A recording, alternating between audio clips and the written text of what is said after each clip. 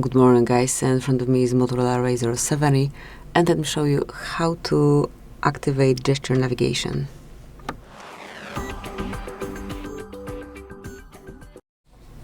So as you can see, currently we do use button navigation. So we've got all icons button, back button, and home screen button.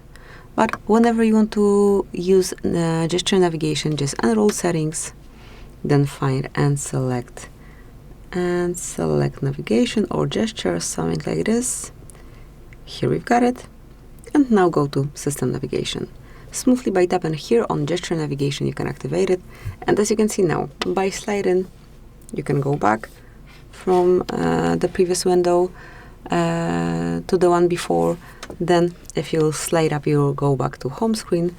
And whenever you slide up and hold your finger for a while, you've got all recent items right in front of you. So that's it. That will be all. Thank you for watching. Please subscribe our channel and leave the thumbs up.